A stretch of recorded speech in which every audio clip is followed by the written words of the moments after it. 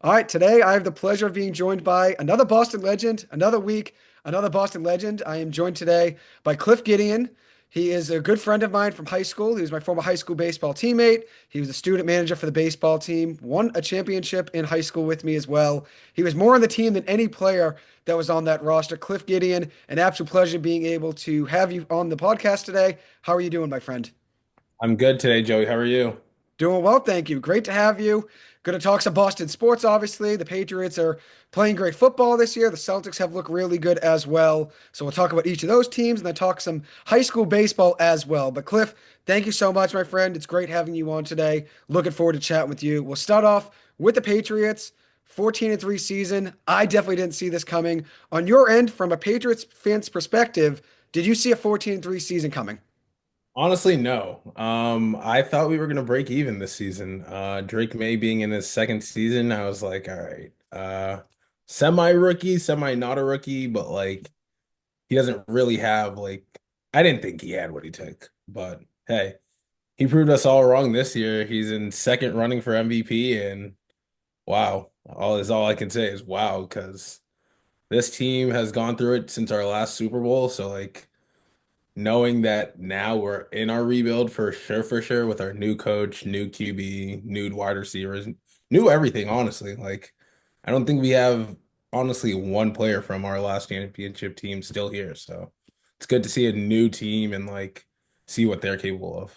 Yeah, it was a huge rebuild, right? 2 full years of rebuilds where the Patriots, had 5 or less wins. I think they had four in 2 straight seasons. And then this year, get a new coach and obviously build better around Drake May. And you see what they're capable of. When you look at Drake May right now, and if it's all based on the regular season like the voters say it is, do you think Drake May should be the NFL MVP? I do. My number 10 guy, Drake May. Yeah, that guy should definitely be MVP this season. Matthew Stafford's doing good himself, but you know. I don't see Drake May throwing like four pick sixes in one game. So, Yeah, no, wow. May was great this year. I think the most surprising thing about Drake May is how much he elevated the guys around him, right?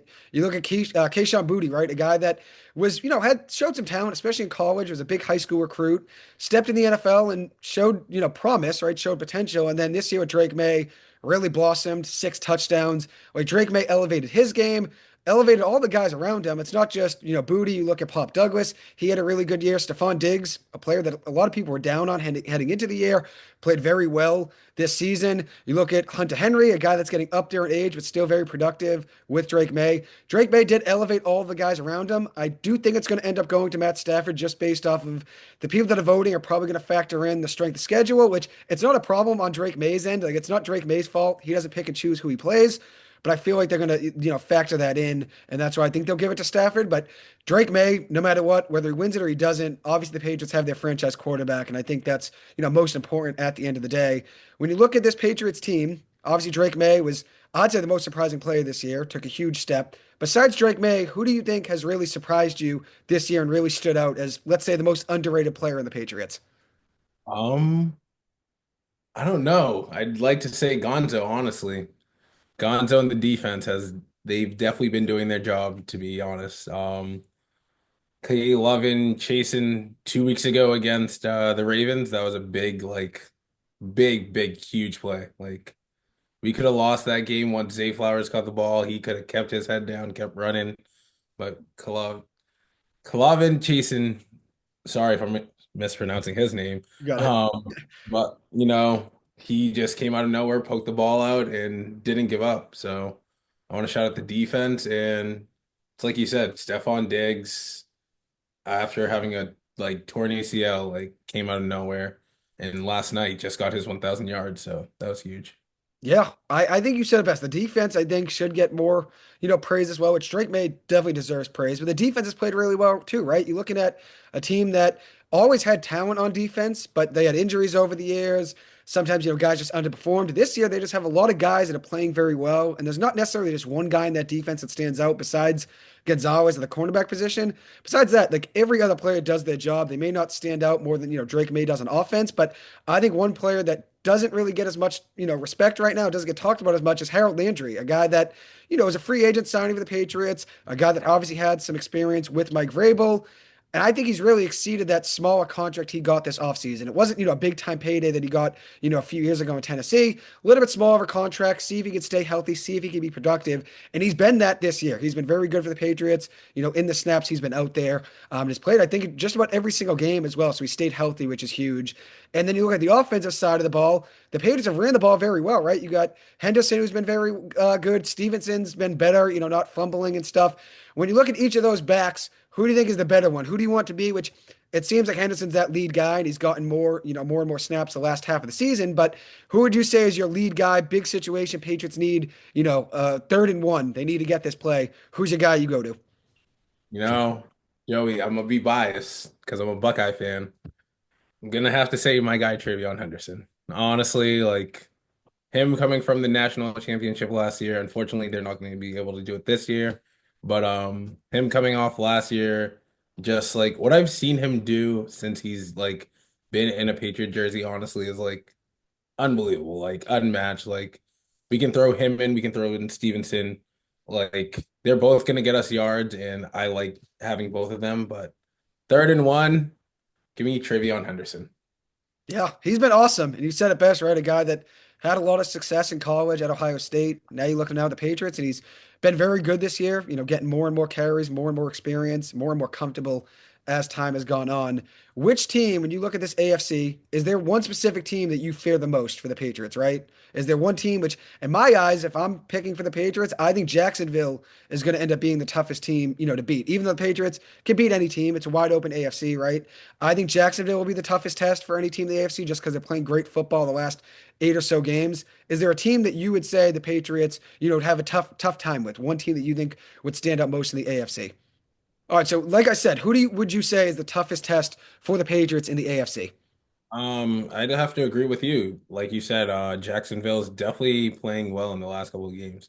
Surprisingly, especially without their number one pick, Travis Hunter, I thought they were going to be like, hey, it's time to tank. Like, we're done.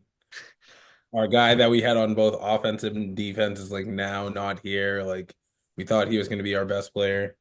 But hey, like you said, Jacksonville is actually like showing up, showing out.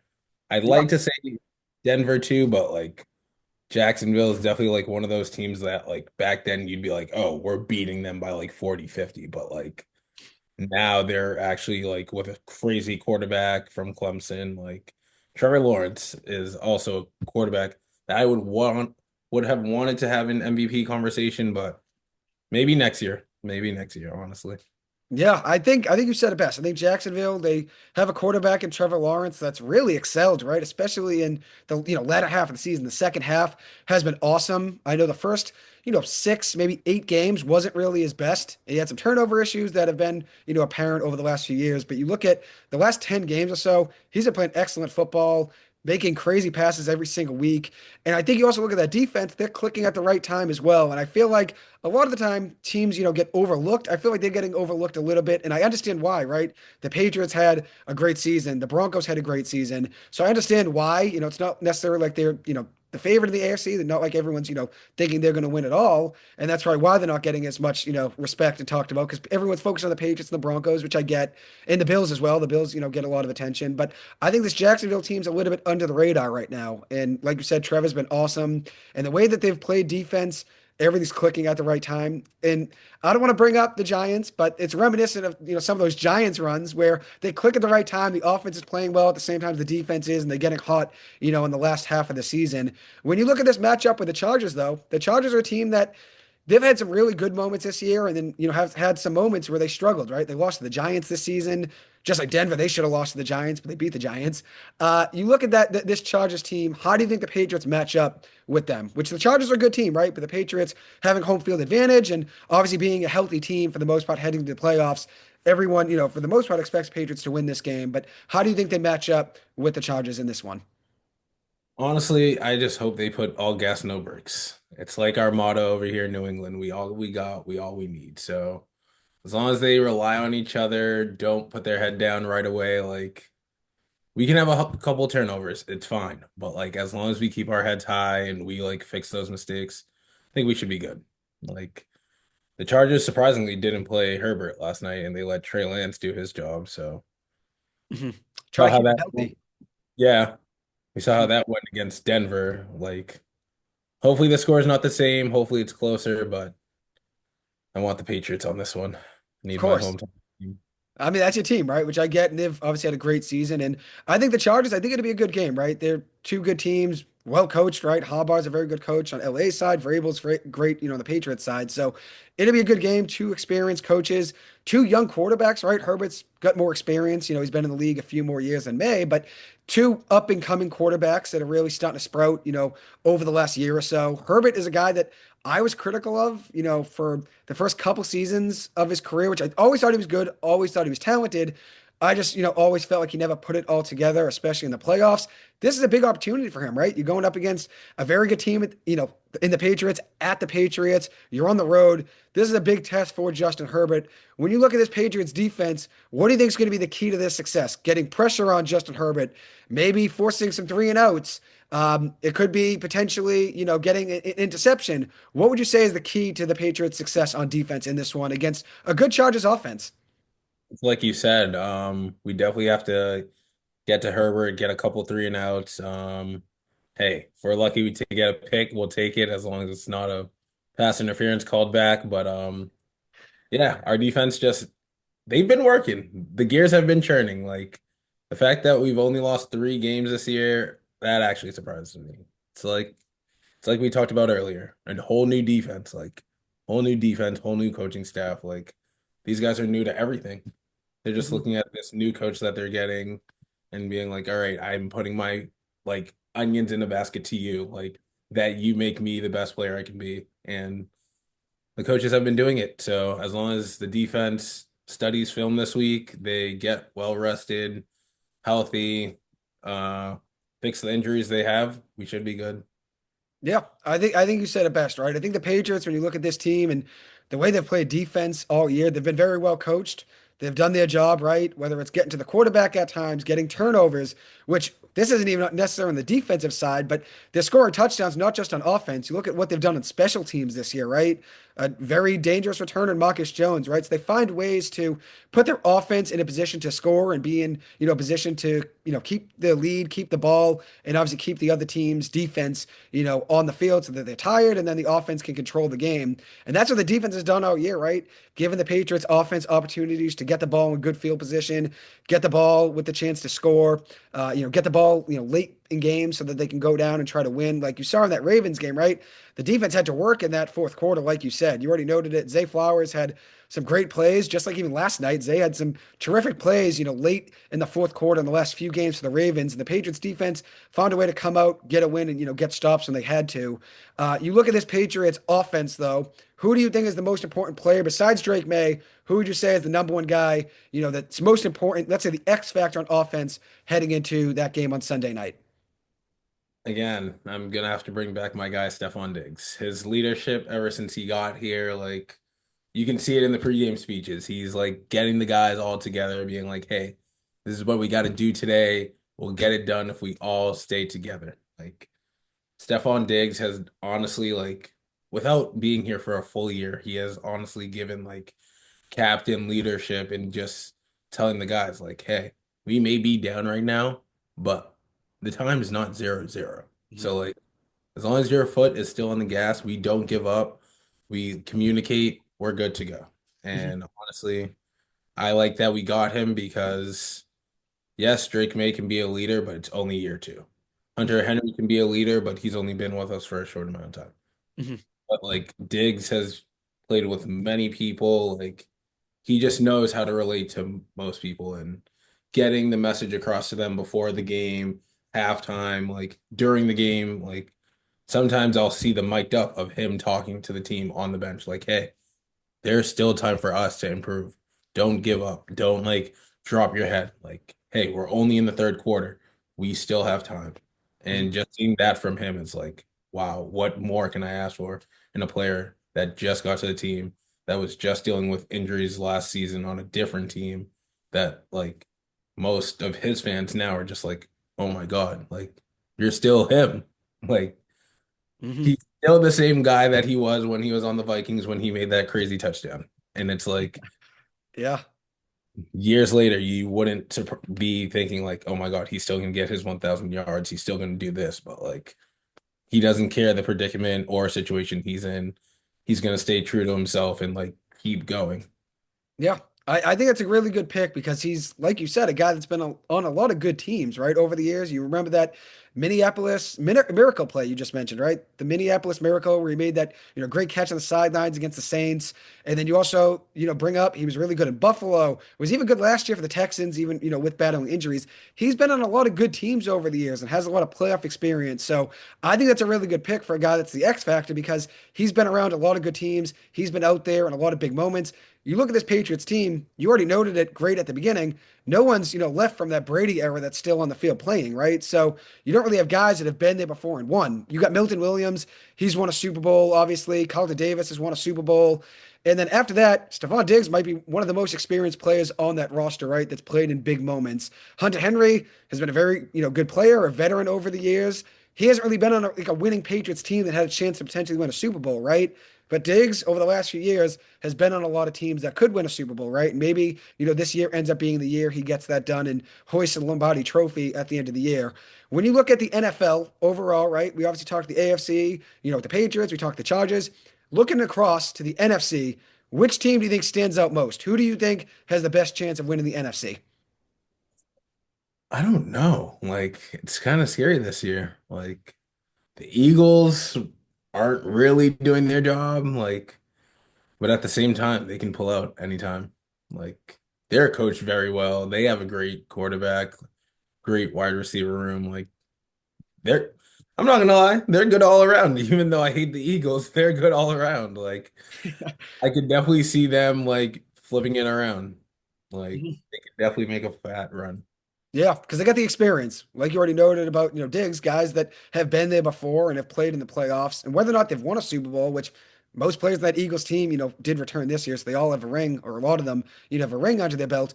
Having playoff experience is huge. Whether or not you're winning Super Bowls or not, having playoff experience is huge, and that's a team that, has already won before, and they kept kind of, the core of guys that they needed to keep, on that current roster. So I know they haven't really kind of clicked into gear just yet and been fully locked in, but that can happen, hopefully, for their sake, which I'm a Giants fan, so I'm not hoping they, go on a run necessarily, but for their own sake, I'm sure they're hoping that, things kind of turn and they kind of lock in at the right time. I think another team, the Rams, they really were underwhelming, right? The last couple games of the season, they didn't really show, which I know, yesterday I'm not including, but the two games prior to that, they blew leads, in the third and the fourth quarter, games that they should have won, they lost. Do you worry about that Rams team kind of struggling towards the end of the year, heading into the playoffs? Yeah, it's because it's like you said, like, how are we blowing leads? Like, come on, you have a great cushion already. If you just keep doing what you were doing in the first half, you can finish the game off right. Like, that's what I feel bad for most teams this season. Like, they'll have a great cushion, i.e., the Patriots in the second time they played the Bills. Like, we were up 21-0 at one point, and out of nowhere, we just like let them come back and snip us in the butt. So I feel like most teams just need that, like, not the motivation factor, but just like, hey, we were just up this amount of points. If we really think about it in our heads and if we want to, we can think of the game as back to 0-0. And if we don't score, we're going into overtime. And like, do we really want to go into overtime? No. Because for most places, if you're originally from the west side and you're coming to the east side, like the time difference may be different for you, and you're going to be playing till like what? Maybe 11:30, 12, depending on how long the game goes, Yep. especially with injury timeouts. Like you have to accumulate all the time. So like it sucks Yep. for someone going from west to east coast because they're 3 hours behind and now they're dealing with a game that's would start for them if it's a Sunday night. For them it's 5 o'clock Mhm. and at 8, but then for us it's like an 8 o'clock, 8:25, ending at 11:30, 12, maybe the latest. And Mhm. they're, dang, I am beat, I'm tired, like I'm Mhm. not used to this late night game on the East Coast versus my West Coast where I'm playing at 5 p.m. and Mhm. the sun's still out.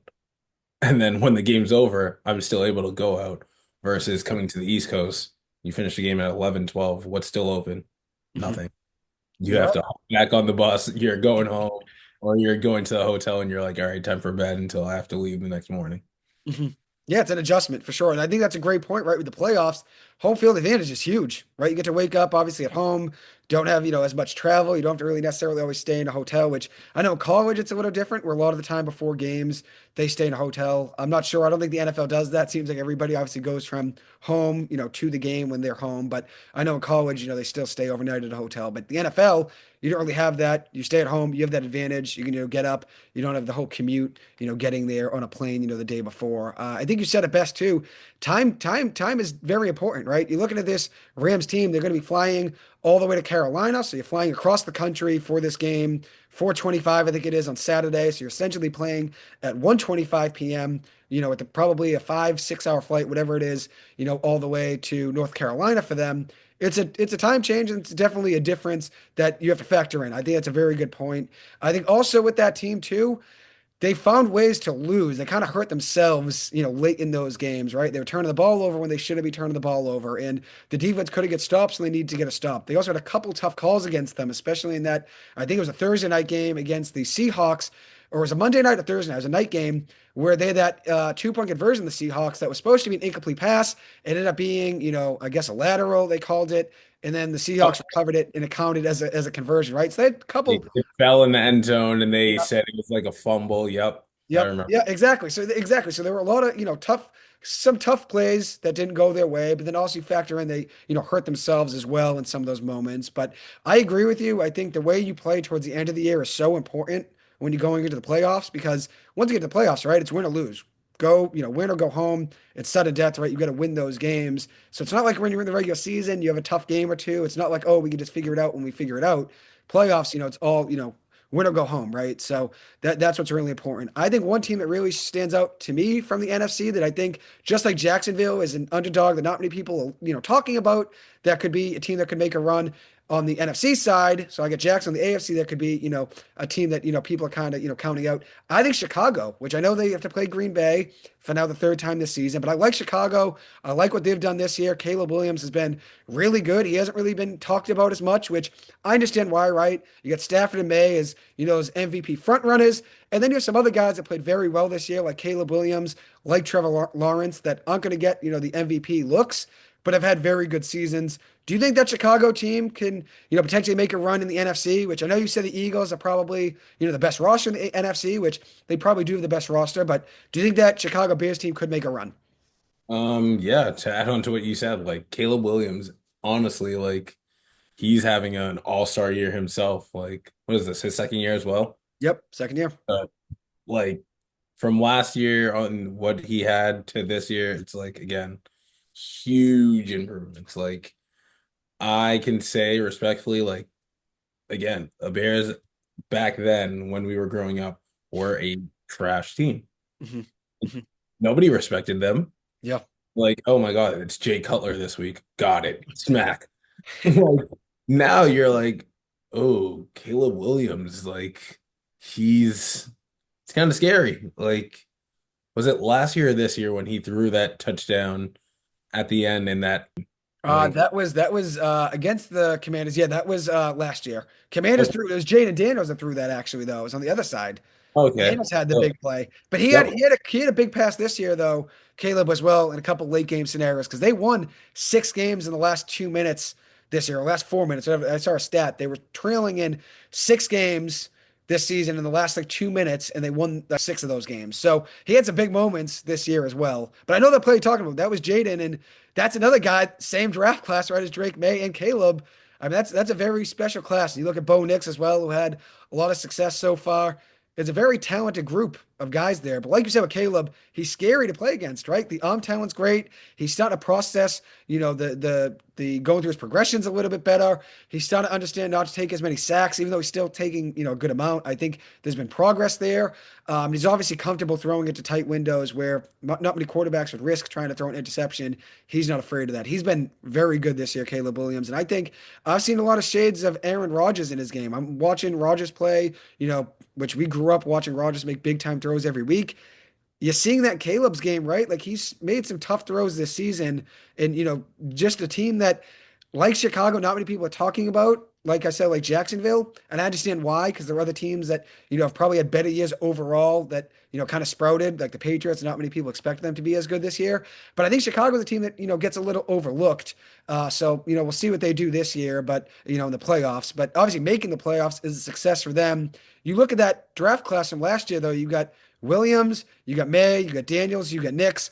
Probably got to be, at least in our last, 5 years of, watching the NFL, last 10 years, which I know we've watched the NFL our whole life, but the last 10 years when we've really started to understand the NFL draft and watching college football and knowing every player, this draft class got to be right up there with one of the best, right? That one I'm talking about from last year. Yep.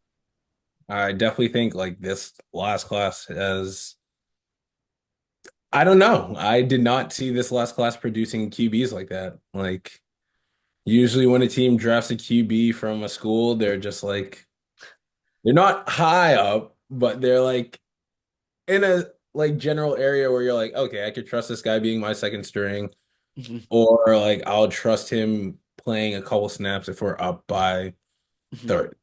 mhm, But yeah, it's like you said, like I remember Caleb at USC. mhm, He was all right.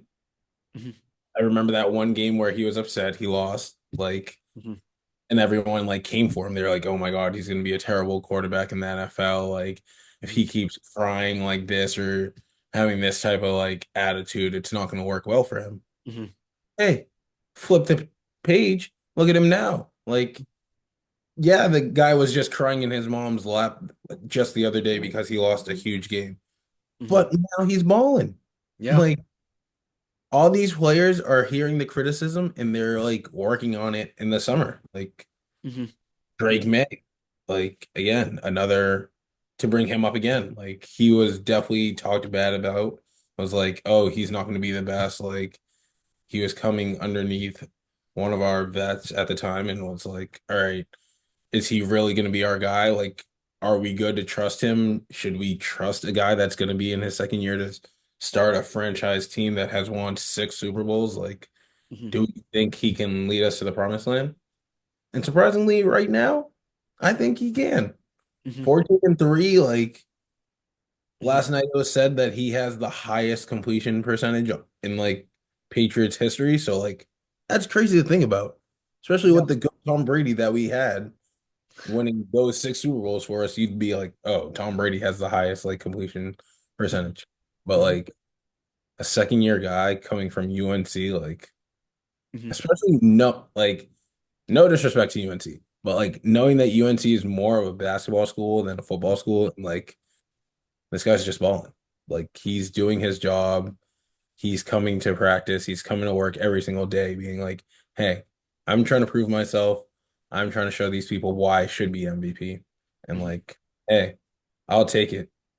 mhm. Like he has not given up. Yeah, he's been awesome. I think you made a great point. You can see that he's a leader as well. You said obviously he says the right things and, has stepped up this year. And I think Tommy DeVito last week when I spoke with him here on the podcast, which, like I said, another Boston legend, Tommy DeVito, Cliff Gedeon, two Boston legends.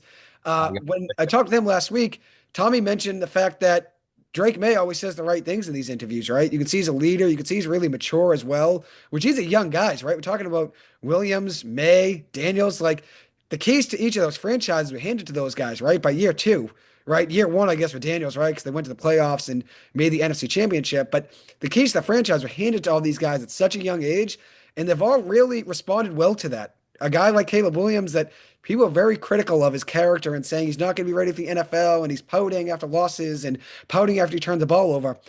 And you look at now when he's playing in the NFL, he's really found a way to lock in, right? You win, lose, turn the ball over, throw 4 touchdowns, whatever it may be. He's keeping the right attitude. Same thing with Drake Maye. He's keeping his head up. And the Patriots, luckily for their sake, and the same thing with the Bears, they didn't have many bad games this year, right? So it wasn't like they had many opportunities to really have their head down. But even when they did, right, the Patriots lost 3 games. The Bears lost, I think it was, 5 or 6 games. Those guys kept their heads up and kept playing and kept battling, which is very important, right? And I think you said attitude of players is very important too. People talked about Caleb's attitude and didn't think he was going to be successful in the league. but he completely, like you said, grinded in the offseason, took those critics and basically turned them, all into, false, narratives about him, right? Turned them all into false narratives, didn't really let any of those get to his head, and, just played great ball. And I was critical of Caleb in college, not from, the standpoint of him crying after the game. I didn't really think that was as big of a deal, but I also thought in the NFL, I thought he was a little bit overrated, which he was a great college player, but I thought he was getting a little bit overrated heading into the NFL. Then once he got to the league and everybody was going against him and, talking bad about him, I was like, you know what? I'm rooting for this kid even more now. And I became such a fan of his game once he was drafted and once I started seeing him play. And it's tough for these guys, right? May and Daniels and same thing with Caleb Williams. They're young, right? They're going to have to make mistakes. You got to let these guys learn to make mistakes. And also, they weren't always surrounded with the best of talent, right? Like Drake Maye last year did not really have any receivers to throw to besides, Pop Douglas. This year they add Diggs, right? And you add Henderson to help the run game. You add Will Campbell in the draft to help him on the offensive line, which Campbell's going to get better and better over time, hopefully, right? And he'll keep improving. And I know he's been battling injuries, but at some point, he's going to lock in and be a franchise left tackle, right? So it's important to surround these guys with the right support staff. So, they're in a position to succeed. Williams, May this year, they were obviously helped out by better coaching, right? Ben Johnson's been awesome. Vrabel's been awesome. But you got to give them credit as well. Like you said, like they took all that, negative criticism about them and turned them all into, lessons for themselves. They took all of that noise and just locked in, in the offseason. So I give both of those guys credit. And I'm looking forward to seeing how that, NFL playoff, picture shakes out over the next couple weeks. It's going to be crazy, I'm sure. I'd imagine you got the Patriots coming out of the AFC. Yeah, yeah. I hope we just defeat the Bills, bro. Like, I hate seeing the Bills be there every year since Tom Brady honestly left. I think it's been between the Bills and like the Chiefs that have been taking over the AFC. And like this year, I'm like again, sorry, Patrick Mahomes, but I am glad that your Chiefs did not make it that far and you guys got eliminated early. Because Mhm. they would have been my team to be like, all right, I'm scared to play them in the AFC because they're turning into a dynasty. Like, who would have thought? Like, they're also a team back then. We're saying, oh, okay, Alex Smith and Kareem Hunt are Yeah. like, Dwayne Bowe back in the day, like you're talking like like 10 years ago. Yeah.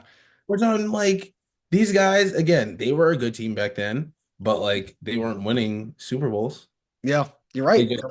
once they get Travis Kelce, freaking Patrick Mahomes, Chris Jones, their team's like beautiful. It's like, Mhm.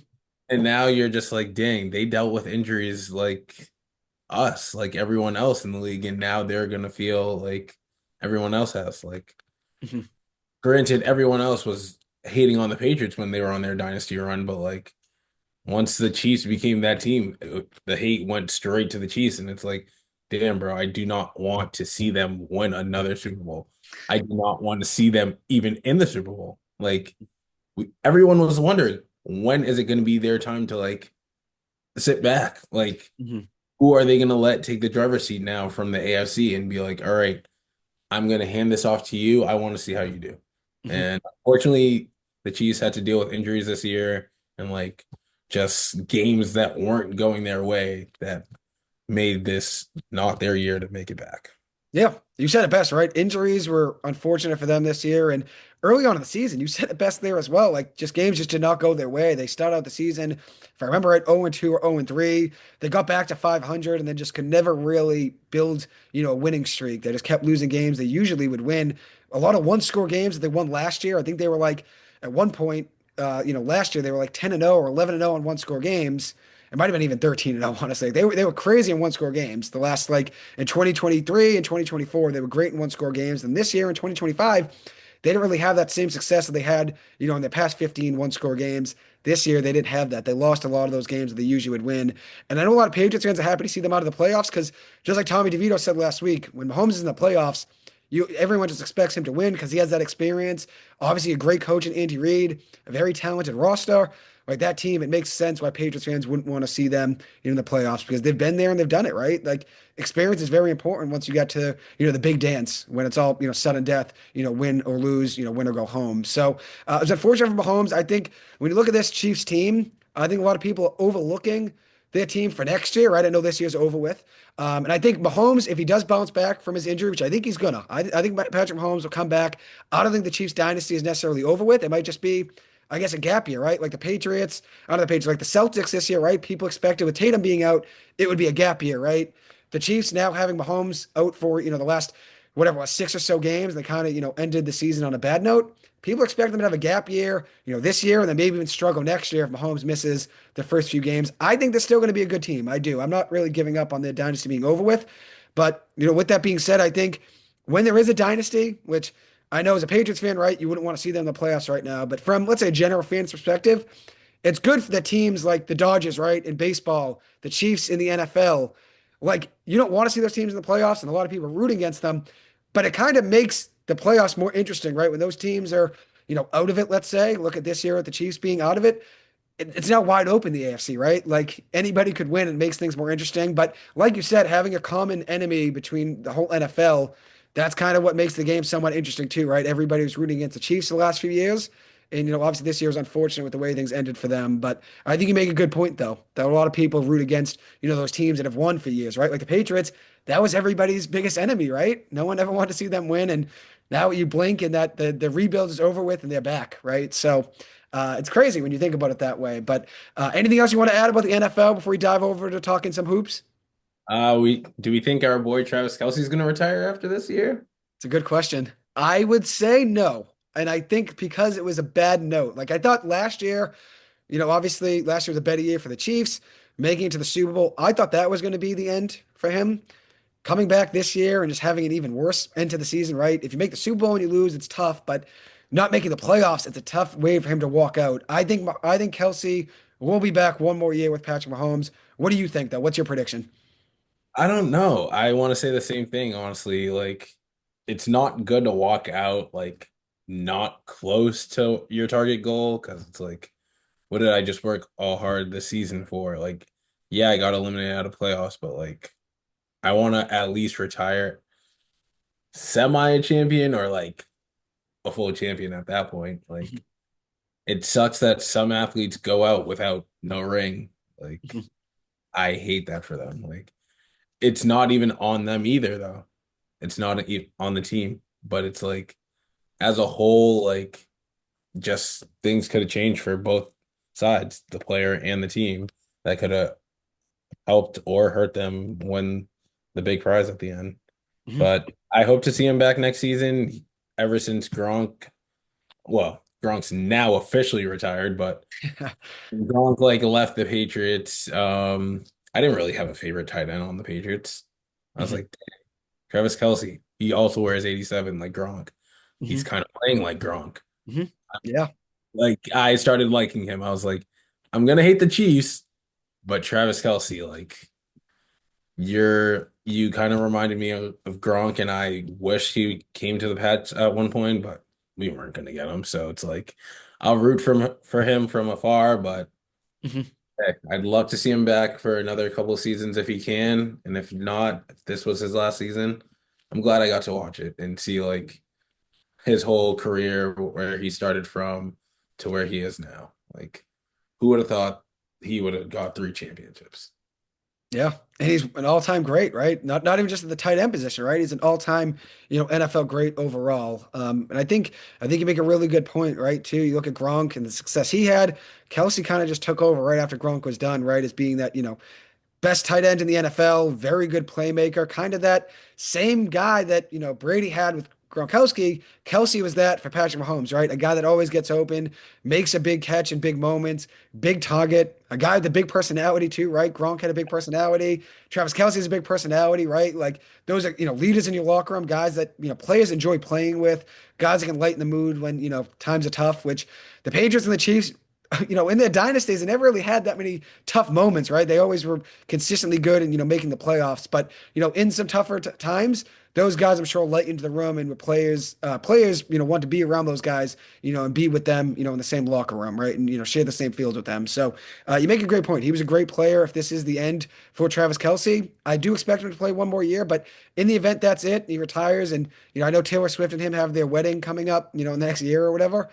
I guess, he's got obviously that, going for him as well. He's got, a family now, to build and stuff. So in the event football's over with, had a great career, and I'm sure he'll be in broadcasting. If this is it, you'd expect him to be probably on TV right next year, next to his brother Jayson. Yep, I would hope so. Their podcast is already great. So if they want to take their talents to now commentating, I wouldn't hate it.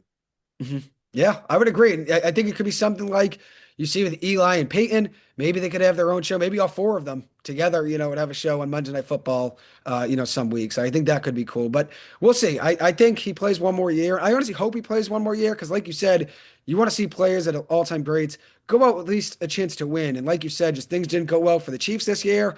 Kelce didn't have the same production he's had in the past, and Mahomes being out obviously hurt that. Just things didn't go well. That's why I think he probably, takes one more run at it. One more guy I want to ask you about before we switch over talking hoops is Aaron Rodgers. This could be it for him. Maybe one last potential playoff run for him. Do you think Aaron Rodgers retires at the end of the season? You know, I don't know what he has left to prove. Like he's won a Super Bowl. We've seen everything he's capable of. Like I don't think yes, we all fail at something. But hey, this guy really has not done anything wrong. Like he's been placed in tough predicaments where he can't change the likeliness of something happening. But this year being on the Steelers, he's definitely proved hey, I still am that guy from when I was on the Packers. I still ball out. I just need what I need in order to be successful. Yeah. But I would agree. I think you saw that last year, right? He was even successful in the Jets, which they didn't have a good record necessarily, but he showed he could still play. And then he goes to a better team with the Steelers, better coaching with Mike Tomlin, some good weapons as well around him, like DK Metcalf. And you see, obviously, he has success and shows he can still play. And it's a guy that a lot of people have been critical of, but like you noted, he doesn't really have that much to prove. He's an all-time NFL great, one of the best talents ever to play the game of football. I think when you look at talent, I don't know if anybody's more precise throwing the deep ball than Aaron Rodgers, right? He's a fun quarterback to watch. I think one of the most talented players to ever play the game. I would probably say even the most talented quarterback potentially, which I know Brady has success. I know that'd be probably a big debate, but Brady obviously has the success and has the ring. So when you look at greatest versus most talented, I think they're two different things. I think Aaron Rodgers is the most talented quarterback to ever play the game with his arm talent, but obviously Brady had the success and he's the GOAT for that reason. But I think when you look at Rodgers play though, he's fun to watch. And even last night, you saw some big time throws last night from him where he was stepping up in big moments. I know the touchdown to end the game to get the win wasn't necessarily a tough throw because, it was blown coverage where, it was a great route by the receiver. But you look at that team and what he's been able to do with them this year, especially last night, win or go home, he stepped up, had a big game. You root for those all-time greats. I do think this is the end for Rodgers. I don't know why. Last year I thought he'd play one more year and he did. For some reason, I think this is his last run. I think this will be it. I do think he retires. What do you think, though? You think this is his last run? yeah, yeah. I think he's about ready to hang it up. He'll hand it down, and hopefully the Steelers will be in good hands next year. If Yeah. they want, they can draft a QB this year in the draft, but other than that, I think they're in good hands. They've they've had great quarterbacks before. Aaron Rodgers, Big Ben, he was great. Yeah. Like you didn't even hate. Man was a stud as well. Yeah. Uh, They've had talent. They've had talent for sure. So and they've had a great coach in Tomlin, right? He's always been a guy that's been competitive. So that's important. But I think if Rodgers does retire, just like Travis Kelce, you're losing two legends, right? Two of the best to ever play the game. And like I said about Rodgers, I think he's the most talented quarterback to ever play the game, right? So you're losing a top talent, a guy that's always fun to watch. And if you look at the last 5 years, think about the amount of great players that have retired, right? You look at Tom Brady, right? Your GOAT, right? Retires, right? He's gone. And then you look at Rodgers could potentially be gone this year. And you're looking at Philip Rivers. I know he came back, but that will be the end for him now, too, right? A lot of all-time greats. retired again. He just retired again, exactly, right? He's another guy that's an all-time great. Drew Brees, for example, the last 5 years, he's retired. A lot of all-time greats are leaving our game. That's our childhood, right? A lot of these greats are now leaving, and it's sad, right? Even if people don't love Aaron Rodgers, I know he's kind of a player that, not everyone was always a fan of. It's sad to see those guys go out because we just grew up watching them on TV, just like LeBron James, just like Kevin Durant, just like Steph Curry. We grew up watching these guys every single night. Anytime there's a game on TV, prime time, It's those guys. People want to see those guys play, right? Brady, Breeze, Rodgers, like people want to see those guys play. So it's sad, knowing it's a different era and things are going to change and the NFL won't be the same. But I just have a gut feeling though. I think this will be it for Rodgers. I do, and we'll see what they do. I think they don't get the easiest matchup going against that Texans defense. I think they can surprise the Texans next week, but I do think it'll be a tough test. I like Rodgers, and I think the Steelers end up winning that one, but I don't think it'll be easy. It definitely won't be easy against Will Anderson because that guy is definitely scary on defense. Yeah, he's a stud, and they're clicking at the right time, right? Talking about Jacksonville clicking at the right time. Houston's really clicked, over the last 8 games. They started out the year, I think it was 0-3, and they've found a way to really figure things out and get back on track. So they're looking good. Want to dive over and talk about the Celtics now? Do it. All right, let's jump over to talking some basketball. Looking at the Celtics this year, another team that really outperformed expectations, right? The Patriots did. The Celtics have this season. They currently are at 22-12. They are playing tonight as well. So, that record will change tonight. Are you surprised by the Celtics' success this season? Yes and no. I'll say yes because obviously my guy JT, like with him being out since that next series last year, I was like, we might. I thought this year was going to be a tanking year. Not like intentionally, but like I thought teams were going to look at us like we just won the chip again and they just want to bite at us. Mhm, So they're like, they have no Tatum. We can take we can all take bites of this team right now. Like we mhm. can make them the worst team that they've ever been. Like, but at the same time, we still have our leader, JB. Like, man, that like I forget, three, maybe some years ago, he said the energy shifts. Like Mhm, ever since that tweet came out, the energy has shifted on this team. mhm, No matter if we have a new player, old player, returner, like we can send a guy to a new team and take him back. And like it's like they never left. Yeah, he's a culture builder. He is Jalen, and you make a He good example. A guy that's left and come back. Al Horford, right? Which I know he's gone now, but he left. Obviously, left the Celtics, went to the Sixers, finds his way back to the Celtics years later, and he's part of that process of things changing, right? Jalen Brown was a big reason for that, and he's a big reason they've had success this season, right? Without Tatum, I think people expected them to be bad, and they, like you said, they smelled blood, right? They knew the Celtics were going to be struggling without Tatum. People thought this would be a gap year. I thought it would be not necessarily a gap year, but that'd be like a 500 season, which would be good when you don't have Jayson Tatum playing. And they're much better than that. They're 22-12. What do you think about Tatum, though? Do you think he's going to find his way back to the lineup by April, or do you think they don't risk it and they just let him rest for the full season? I think they should just let him rest. Like it's not that big of a deal. Like it's like we're saying right now. Like Jalen Brown has changed the culture so much. Like the other night, I'm sorry, but he had 50 against your Clippers. He did. Yep. Crazy, crazy game. Like Yep. Kawhi just had 55 like days before that, and now JB comes into town and he's scoring 50. But JB's just it's like I said about Diggs earlier. Like JB's that captain without being the captain. Like Mhm.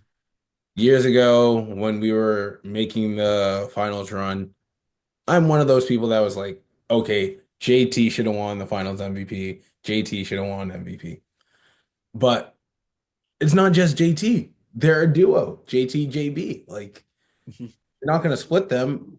One may not be playing hot, but the other one's going to feed off of it and be like, hey, chin up, buddy. Like, let's go. Like, I'm not going to let you fall back. And that's basically what, like, JB is saying to JT, like, hey, I know you're out. You're dealing with your recovery right now, but hey, I got this team. Like, don't worry about us. Mhm. Your Yeah. time. Take your time to recoup. Like, I got us. Don't worry. Like, me and Derek, me, Pritch, like, we got these new guys. We will whip them into shape. You just take your time healing, and when you come back, like obviously we're gonna welcome you back with open arms. Like, Mhm. but if he does come back, I would like to have him on a minute restriction, just because it's like we've seen these injuries in the NBA. You get hurt. Like if you rush it too fast and you decide you want to come back, next game you're injured again. Like, Mhm. and what's that? Another 2 years of you not playing, and then you're just like, bro, like, Yeah. I wish I was out there with my team.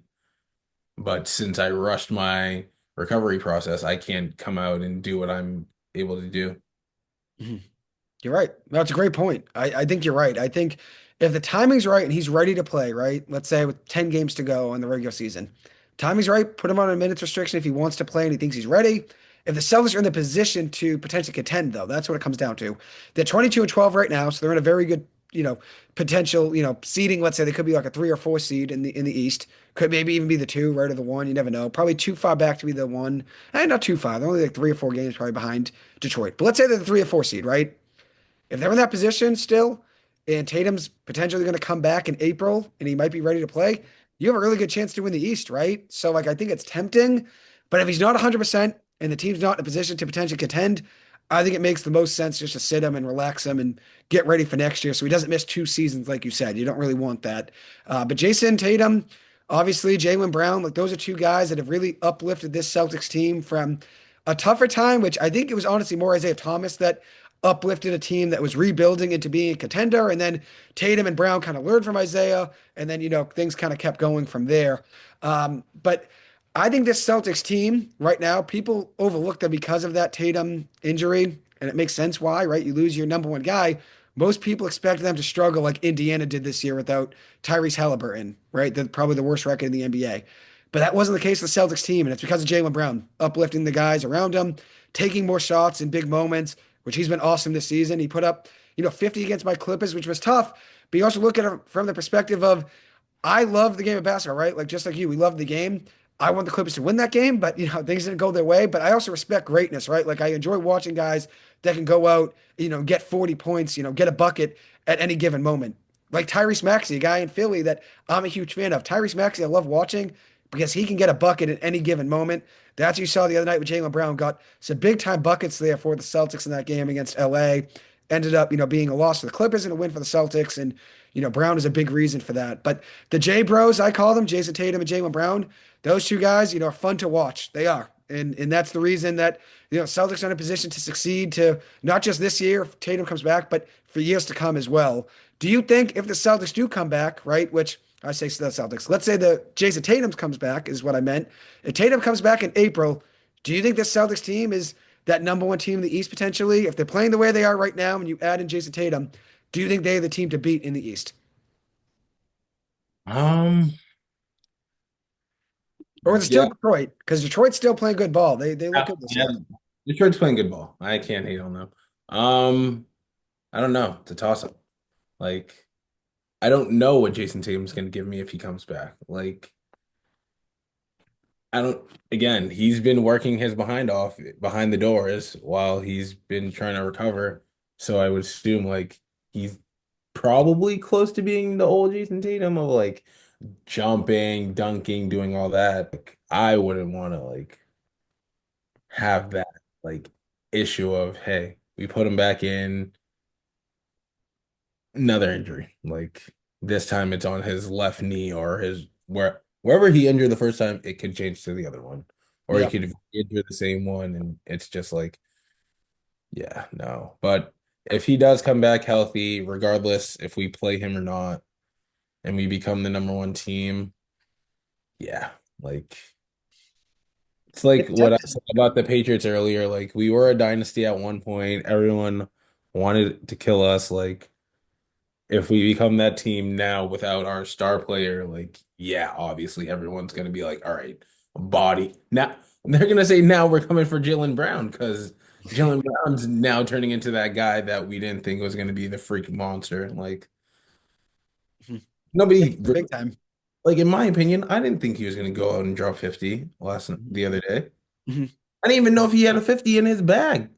Yeah, he tied a career high. He did it. Yeah, he Yeah. went off. He did. That was a big moment for him. And I think you said it best about Tatum, right? You don't know if he'll be back and he'll be healthy, right? Like even if he gets back, it might not be the Jason Tatum that's an All NBA Jason Tatum giving you 30 and 10 any given night, right? Like it's going to be tough, right? He's not going to be the same exact speed, not going to be able to jump as much, not going to be able to play as much defense, not going to have as long of stretches as he was on the court. And he's coming back from Kyrie tore his ACL. He was the torn Achilles, which is even tougher to come back from Tatum, right? Like torn Achilles is tough. And I think, like you said, like this is a guy that you don't want to rush back because you don't want him to miss 2 seasons. Like, let's say he comes back and he rushes it and he gets hurt again. Now he's out all of next year. So he missed most of this year and he'd be out all of next season as well. Like, I don't know if it's necessarily worth the gamble, but in the event he does come back and he's the Jayson Tatum of old, before the injury, which he can get back there, right? With the full recovery. But I think if he's coming back in April, I don't know if he'll be fully recovered by then. And that's why it's a worry to me. But I think the Celtics, if they do get him back, he's the best acquisition any team will have midseason. But there are some guys that are on the trade market right now. And a guy I want to get your opinion on, Trae Young. He could be potentially traded. I was reading today that the Hawks and him are working with his agents on potentially finding a destination for him. So he could get moved. Another guy is Giannis Antetokounmpo. Giannis might get traded, which it seems like Trae Young is a given he's going to be traded. Do you think Giannis gets traded by the Bucks? Do you think the Bucks will move on from him at some point? I don't know. Like, again, that conversation was what, early this season when they were like kind of sloppy, woppy, but like, Mhm. I don't know. Like, I feel like when the conversation dies of a player being traded, like at that point, it's like, hey, we're keeping him. Like, I don't think we're gonna get rid of him. Like, Mhm. I think honestly, the Bucks might just put a franchise tag on him. And just Like, say staying there forever, yeah. So they're not going to give him, not going to even shop him by any means. I know what you mean. Like they wouldn't want to ever move on from him, which I unless get it. I mean, he's a superstar. Why would you want to move on from him? And I know he's getting up there in age. He's past 30 now, but he's still a great player. Like you don't want to move on from a guy that, especially in a small market, like it's not going to be easy to get back another Giannis. And you made a good point. Once players are in trade talks and they kind of request a trade behind the scenes, and then things kind of just simmer down and no one hears about it, then that team's probably like, hey, we're keeping you, just like Brooklyn did with KD. KD requested a trade multiple times, and the second or third time he did, they ended up moving on from him. But the first time, they looked around, didn't like into the office. They said, hey, you're staying. And they said, you're our guy. You're our biggest piece of our franchise, just like the Bucks, which the Bucks got a championship with Giannis. Like it's tough to move on from a guy that gave you a ring and still gives you the opportunity if the team is right around him. He still gives you the opportunity to still win a ring. So I don't think they'll want to move on from him. I think they're going to want to hold him, especially when he's under contract for I think another 2 seasons after this. Like you don't want to move on from a guy like that. So you would expect them to keep him, correct?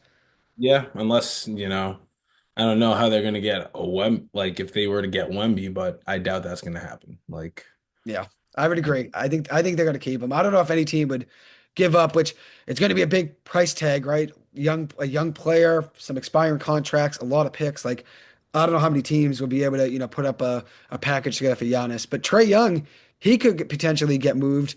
Are there any teams that you think could be a good landing spot for Trae Young? I think Houston, which I know they had Fred VanVleet at one point, and he was, out before the beginning of the season. He had an injury, and he hasn't played at all this season, if I remember right. He could be a potential land. That could be a potential landing spot, right? Is Houston potentially for Trae Young? Are there any teams that stand out to you that could be a place that Trae Young goes? I feel like a team that probably would need him a lot, and it just unfortunately, it's just one of the bad teams as well. But like the Hornets could use him, honestly. Yeah, Like if they move on from LaMelo, which they they could at don't some need to point. go. In my opinion, I don't think they need to move away from LaMelo. You Make you like LaMelo. LaMelo, right? I do like LaMelo. Make LaMelo the two. Make Trey the one. Move down from there. Like LaMelo can still produce. I think he just needs other weapons around him, and that's probably why Trey is looking to move because he's like, bro, I've played with so many different people on this Hawks team. I've played with Clint Capella probably a great amount of times, like, Yeah. and I'm just not getting what I want. Like, Mhm. he's just at this point, he's like, hey, I need either a big or I need like a guy that can shoot. Mhm. Like, but if I'm still here with the Hawks, I'm not going to do that because it seems like every time we make it to the playoffs or even close to the playoffs, it's because of me and I'm putting the team on my back. Yeah. Like, He has a lot of responsibilities. He does. like it really stinks. Like when he played against New York, like I thought they could have beat New York. Like Mhm. I really thought the Hawks would have beat New York in the series because it's just New York has so much hate for him. And when he goes to that arena, it's like he knows what he's getting from the fans there. Mhm. And that's when he like balls out the most. Like Mhm. you give a player like all the negative energy in the world, like tell him, yo, F you, like we hate you, like you start throwing things at them, They use that as fuel. They're like, Yeah. oh, you hate me? I'll make you hate me more. Like, I'll give you a bigger reason to hate me. You're just hating me because I'm destroying your team? Okay, I'll give your team 60 tonight, or I'll give your team a nice like triple double, and you're just gonna hate me more because I just Yep. made your team look silly. You're right. He used it as fuel. He did, and he's had some good moments, right? They never necessarily, they never got the ring that they wanted, and never really got to even the conference finals, I don't think. But he's a good player. I know people talk about his defense as an issue, but if you're looking for a guy that can give you, 25 any given night, also with 10 assists, he's a great guy for that. I think he's third in NBA like all time in assists per game is what I read today. So he's had a great success in his career. I think averaging like 9.8 assists per game. Very good scorer as well. I think you made an interesting point. I think there could be a team like the Hornets, another team that, like the Utah Jazz, something like that, where they're out of the playoff picture right now. They're not going to probably make a run this year, which Trae Young has one more year left on his deal after this year is over with, and it's a player option. So he could be a free agent. And obviously, with him wanting to be traded and the Hawks working on a trade with him, his trade value isn't that high, right? It's not going to, net an unreal return like it would have probably a year or two ago with more years on his contract and, being fully healthy. He's battled some injuries this year. Teams could buy low on him and say, you know what? He's a player option for this year. We'll see how this year goes. Let's trade for him, throw him in our lineup, not have to give up as much as we would have a couple years ago, see what he looks like next to our guys. And if it all works out, he picks up his player option. If not, and he doesn't pick up the player option, we could, re-sign him in free agency. I think that's a good point. People wouldn't think of that, Cliff. That's a great idea by you. You're right. I don't know if it'd be Hornets. I don't know if it'd be a team like the Bulls. It could be any of those teams, right? Like a team that is a little bit out of the playoff picture of being a contender right now that people aren't talking about. Let's say even like the LA Clippers, if they wanted to blow things up and get rid of Harden and get rid of Kawhi, maybe they could go get Trae Young and say, you know what, we could give him, a max contract or whatever this summer if he wanted and he opted out, right? Like I think you make a good point there. No one would think of that. I agree with you. People would think like, oh, like I thought, throw him on a team that's contending, like Houston, right? That needs a point guard because, Fred VanVleet's out for the year. But you make a good point. It could be a team that says, you know what, let's just throw him in the lineup and see what it looks like. That's a good one by you. And I want to ask you one more question about the NBA. In the event that Anthony Davis is traded, where do you think could be a good landing spot for him? I was going to say the Hawks, and now if they're trading Trae Young, I don't know if that really makes the most sense because if they trade Trae Young, they're going to shake up their roster a little bit, and they do have a good core. Like I like that Hawks team heading into the year, but if you trade Trae Young, I'm not sure exactly, what they're hoping to do. They've played better without Trae this year, so maybe if they get Anthony Davis in a deal for Trae Young, maybe they could be a better team. Who knows? But where do you think is a good landing spot for Anthony Davis? I thought the Hawks, because Porzingis has missed games this year, with that illness again. So I thought maybe he could be, a guy that could be there and hopefully be the anchor for them in the paint. But are there any teams on your mind that could be a good landing spot for AD? Honestly, I don't know, but it's like I said again, it's like another team that needs him. Like a team that's slacking with the boards, a team that's slacking with a big man being present, or even a vet. Mhm. Yeah. Like they're missing a vet center. Like some teams I know, like just have a rookie like center or a guy that's been dealing with injuries for a while, so that they're not able to play with him enough. So Mhm. I'm gonna say that probably like the Pelicans, for example. Like Zion's getting better, I won't lie. Zion's definitely getting better, but like when Zion is missing because Zion's still trying to get healthy and do better for himself, like I guess AD would be a good fit there because it's like he's a vet. That team's like kind of on the not the shorter end, but like they're at the point where they could use AD as like, hey, you're a vet. You've been to the championship before. Like you have a ring. Yeah. And he's been You with the Pelicans too, right? He's already been there, right? So he already knows the city and knows the franchise. Like that's a good point. You're right. I think you said it best too. A team that could use him defensively and maybe rebounding wise. Detroit, which I don't know what their stats are rebounding wise, but you look at that lineup, you got Tobias Harris at the four. You add Anthony Davis to that lineup, it's a big time upgrade, right? Like that's the thing. So what team can he elevate the most that could potentially win it this year? which it could go to a rebuilding team still, like you said, like we said about Trae Young. Like people don't really think that a lot of time when these guys get traded because a lot of the time it's the big teams trading for the big contracts and stuff like that because they want to win right now. So they're willing to give up whatever it is in draft picks and players to go get them to win right now. But I think the Pistons, if we're looking at a team that could contend right now with Anthony Davis, I think that's a team I just thought of now. And I'm like, you know what? That could be a good landing spot. And if not, it could be another team that's young, like you said, maybe like out of the Portland Trailblazers, like they're not going to win right now, but maybe he could be a veteran in that locker room and be, a guy in that lineup that maybe in a year from now they could be in a better spot, with him, in that lineup. Because I think he has two more full seasons on his contract. So, that could be, something that the team's trading for him, knowing, okay, we have 2 more years of AD, and if he's healthy, he could be that difference maker for us. So, we'll see. But let's dive over to talk some Canes baseball. We'll relive our go-to days, which I got. Oh, but you got it on too. Look at that. We're both repping. Look at that. Gotta bring it back. Come on now, both repping our Canes baseball. This is big time here. This is big time. That too. Here we go. Look at Great that. closet, bro. There we go. Look at that. We wish we had our jerseys, but we got this, I Oh, guess, to show for it. give me my jersey back. That's all I We gotta got, we got this. This is something, but part of our championship run was getting these sweatshirts. We got it. I think it was before that junior year or sophomore year season before we won. We had these. So wish we had our jerseys to show for it. But at least we got this. This is nice. We'll take it. So to relive our go-to days, I'll let you go. What were you gonna say? I'm sorry, I didn't mean to interrupt you.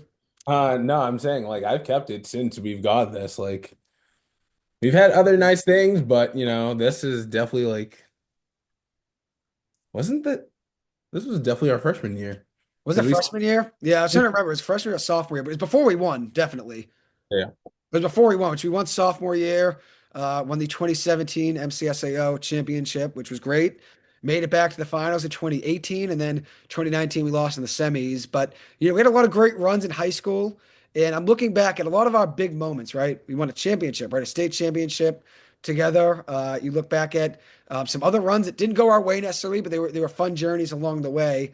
You were a big part of our energy, and the reason why I said you were my teammate because you were on that team with us, Cliff. You were right? No matter what anyone says, right? You were on that team with us.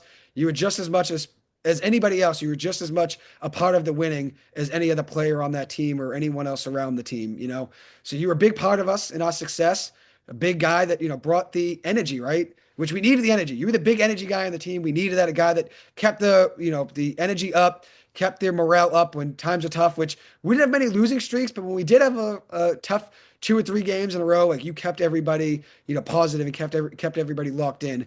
I want to ask you one thing, which after all of our wins, you'd run the bases always and slide into home plate. What was the motivation? Like, what was your thought process behind the first time you did that? What made you think today I want to run the bases and slide into home plate after we win? All right. It goes back to it's gonna come in. It ties to one of our questions later. All right. But it definitely had to deal with your game-winning catch against Salem when you leaned over the bench on like third baseline. We're up 5-4, I'm pretty sure. Yeah, it was a close game. Bottom nine, 2 outs. Again, I don't know how you did it, but you just like leaned over glove and just like I don't know. There was a prayer there and the ball just like fell in your hand, game over. I was like, oh my God. Like in my opinion, like I haven't played baseball in so long and I was a catcher, so like I never had to have that like game winning play unless I was tagging someone out at home or like shooting them out at one position. But Yeah. like, hey, you leaned over. We had that catch. It was like what, our first game of the season? Yeah, it was early. It was early on. I was playing third base, position I don't typically play, and it was a ball behind my head. And I remember I turned and I'm running, looking over my shoulder, and whoever's playing left field, I think it was like Kevin Mannion was coming in, in left field, and I was at third, and we were both trying to communicate, seeing who was going to make the play along, the foul line, and you had the fence there, and the bench was to the a little bit behind me, the foul line, and you had the stands and stuff. It was a tough play, I thought, and I honestly I look back at it. I think if I turned kind of the other way and kind of backpedaled, it would have been an easier catch. I made it a little bit more difficult. Once you turn the wrong way, you don't really have time to adjust. You just got to stick to that side and hope you found it. And I did. Obviously, I made the play, and I was very grateful because that was a big win, right? Winning in Salem was never easy. That was sophomore year, the year we ended up winning.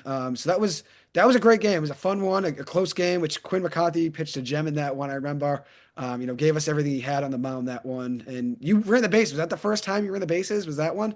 Yeah, I definitely think that was the first time I ever ran the bases for us. But like I said, like that catch, first game of the season, I was like, I got to do something for these guys, bro. Like they just were out there playing. I'm just out here doing the book. Like I got to do something like get the team morale hype. Like mind you, coach is speaking while you while I'm running bases, and you guys are like, "What is he doing?" And I'm just like, "All right, keep going, keep going, keep going."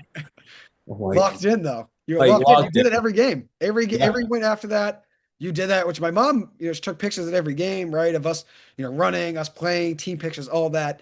And she got a lot of pictures of me and you celebrated. I was always waiting for you at home plate, right, telling you to get down, slide, and Yep. you would get out and That be yelling. Like that was always a fun memory. I'm happy, that you started that tradition because if you didn't, who knows what we would have, been, right? I think that brought a lot of juice to our lineup and kept everybody locked in. We always look forward to you getting everybody going before every game and then obviously after every game as well once we got the win. And that's why I said, no matter what anyone says, you were on that team more than anybody. You were a teammate of ours and you were on that roster, playing an integral role in our championship run. So that would be one of my top moments, which I wanted to ask you your top three moments as part of I would say the championship run. Being part of that championship run is my number one. So besides that, your other two top moments during Canes baseball, which I can try to think of mine if you want to take a second. Unless you've got yours, I'll let you go first. All right, let me think. You can go ahead. All right. All right. I'll say the championship run, winning that was awesome. And the reason why we wanted to bring this up is because, we look back at, those moments, right? And that was kind of me and you, which we were always friends. We've been friends now for over a decade, but those moments on the baseball fields where we got even closer, right? That's why I want to talk about our time during high school baseball because that's where we really grew as a friendship, as a brotherhood, right? And we got even closer. So, winning a championship was a bond that you can never break, right? Once a champion, always a champion. So that would be my number one. I'd say that game at Salem would be number two because that's kind of where I cemented myself as being like somewhat of an everyday player, right? I started playing, most games after that, and that was a tough place to play, right? They beat us a lot, and they were a very good team. So beating them was nice. Beating them at Salem, very good program, very well respected. Like they've always been, a top team and the team to beat, alongside us. Those were always the top two teams in our conference. That win at Salem, and then I would say senior day. I'm gonna go senior day because I look back and we had a lot of people there supporting us, right? A lot of people in our class, were there that day at Moakley. It was a doubleheader. We tried to get everybody in the lineup that we could. I still wish we got you in at bat. It is what it is, I guess. But I wish we got you in that lineup that day. But I look back, senior day was nice because that was one more run where everybody got to play. Everybody got out there, and it was two more wins we had right before the playoffs. So I'd say that was one of my moments. I would say one of the top three moments. Also playing in East Boston, which we did that our senior year. We played in East Boston against Excel Academy by the airport. That field I always drove by growing up, and that was a place I always wanted to play, and we got to play there. So I guess I'm changing the senior day. That's going to fall out of the top three, and I'm going to put that East Boston game there because that's a field I always drove by growing up, and I always wanted to play on. So being able to play there and get a win under the lights on a Friday night early in the season in April of senior year. That was awesome. That'll be my number three moment. So championship, the win at Salem sophomore year, and then playing at Excel senior year as well. So kind of got everything covered there. Sophomore year, winning the championship, and then the play at third base, and then senior year as well at senior day, and then that game at Excel. What about you though? Again, number one obviously has to be our championship. Like, granted, we beat that team in like first couple innings, but winning a championship is definitely like it's the best part. Like, I remember freshman year when we lost, and it was like so unfortunate. Like the seniors we had on our team then, Jimmy, Mike, Alex, like all those guys, like Chris, like dude, we True. had a crazy team then, and like we were definitely supposed to win, but like that hit, and Mhm. then the following year to be like head down, we had the same mission, and we carried it out this time, like. Mhm. Holding a trophy, especially like I wasn't the player, I was the manager, but to the team, I was a player. You were on the Hold- roster. I said that. You were part of the winning. You were. I mean, you were there every game, every practice. Like you were part of the team. Holding that More than just a manager. Like as I said, you were like a teammate to all of us. yeah, like holding that trophy definitely was like the best feeling ever because it's like you go into high school playing high school sports, you're like, am I ever gonna win a championship? Then if you play that sport going to college, am I gonna win a championship there? Mhm. Like you never know if you'll ever get a championship in your life growing up. Mhm. Like getting in high school, it's definitely the cream of the creme because it's like you worked your behind off the whole season. Like it could have went left, it could have went right, but for us, we were like, all right, this year's our year. Yeah, Like we last did it. year, we got defeated. We shouldn't have lost. We made a silly mistake in the last game of the season. We changed it all up the next following year, and we got it. Mhm. So that's one. Number two, I would say number two would be playing at BC High, honestly, because that was a different field to play on. Like Mhm. I wasn't used to that. Playing at BC High was definitely a different field. Like what was that? All turf. Yeah, We all turf. Big, they had stands too and stuff. So it was a little bit more hectic environment, which we ended up losing that game, which was tough. But I that was gonna be one of my top moments too. Not because which you obviously want to win the game, but it was also cool because we had so many people there supporting us because it's right down the street from BCCS. So like it was cool because we had, a big time crowd and stuff, big fields, right? Like really nice UMass Boston plays there, BC High plays there. So a college team plays there. So it's a really nice field, well taken care of. Like that was cool. Playing at Frazier Field in Lynn as well. That like yeah, semi-pro field where Lynn Academy used to that's play. where we won our championship. Camp Academy, yes, yeah, it was nice. Like it's cool. Salem State too, we played out. Like, yeah, that's where we won with Salem State, I think. But it was Yes, cool. we actually did one in Salem Salem State. State. But then we did play at that KIP team that year. We played at Frazier Field like the year we won.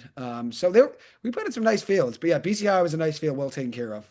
So that's one of your top. So your second one, and then And then third, honestly, I'll put senior day in my third one. Honestly, like I didn't expect recognition that day, like at all. Like I'm gonna keep saying it. I was just the manager. I was the guy who kept like the tallies in the books. Like I came to practice. I was the hard guy if coach didn't want to be like a bum and be like, hey, this kid's late. And I'd be like, ah, God, now I got to deal with him. Okay, go run your laps that you missed. But honestly, getting recognition from like you, Kevin, the guys on senior day, like definitely hit me because it's like, guys, you're the ones that are out there playing. I'm just here to encourage you to like be the hard coach in a way, but like just being there every day was like definitely fun. And then senior day, getting a flower and being acknowledged by everyone and like all the parents, like your mom obviously knew who I was. Most of the parents knew who I was, but like Mhm. on that day, like everyone knew who I was. Like it Mhm. wasn't just our fan section, it was like the other school, like, oh, this guy's like their manager. Like he's Mhm. not just a goofy kid that just does whatever he wants and like screams during like huge plays, but he actually like meant something to this team. So You like did. You're a legend. You are. I mean, hey, we look at BCS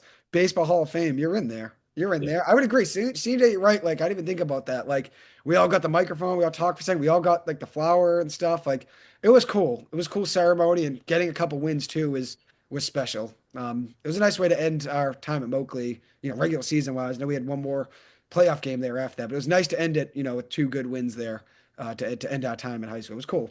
I'm with you. It was a good one to pick. I'm with you. I'll ask you one more question, which it's kind of similar to I asked you your top three, moments, during our time playing baseball. Now I'm going to ask you, it's similar, your top four favorite Boston athletes of all time. So your Mount Rushmore favorite Boston athletes. I asked Tommy DeVito that last week. I'm going to ask you it as well. I'll give my four, and you can take a second to think about yours. Which my four has definitely changed just over time. But my four last week when I talked with Tommy, it was Isaiah Thomas, Patrice Bergeron, Mookie Betts, and David Ortiz. Those are my four. Uh, it's honestly tough because I'm not a Patriots fan. Obviously, I'm a Giants fan. So picking among the other three teams, I know you have a Patriot in there, I'm sure, but it's tough to pick, right? We grew up obviously watching a lot of great Boston athletes, so it's not an easy one to pick, an easy question to answer. Just like top three moments, of our time, in high school, playing baseball. Just like that with this, it's not easy to pick four. But if you have your top four favorite athletes in Boston sports history, All right. David Ortiz, obviously. yep, Gotta love him. that's your goat. That's your goat.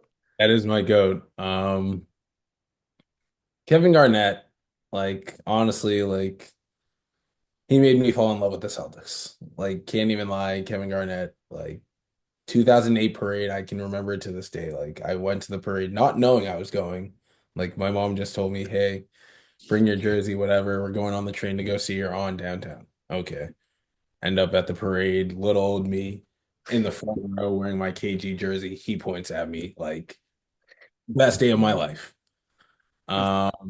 David Ortiz, Kevin Garnett, Brad Marchand, missed that guy. Florida, you took him, but hey, you have a good one on your hands. Yeah. Um, Then you got a Dang, Patriot. I mean, it's tough to pick. You got Brady, you got Gronk, you got Edelman. Like, it's not gonna be easy for you here. Drake Maye. like literally, I have so many guys I can pick from. But you just named all offensive guys from the Patriots. I did. I'm giving you a defensive guy right now. Vince Wilfork. Your Vince, guy. Big Vince. Like another guy that I met, like very nice, like down to earth guy. Like, I don't know.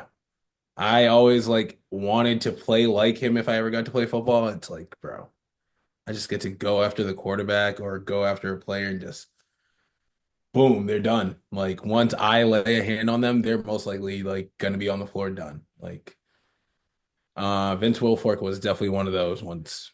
If I had to put an honorable mention just for an offensive purpose, I'd put Randy Moss out there.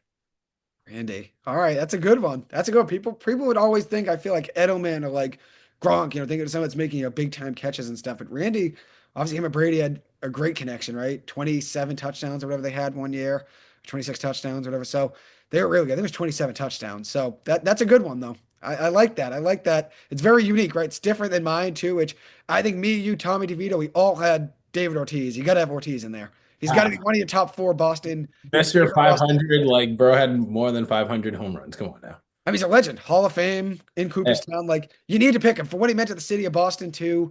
Like, this is just our city. this is our city. Exactly. Like, he's a legend. He's a legend. Like, it would have been tough to not have him as one of your favorite Boston athletes, which it's tough. Like, there's so many good ones.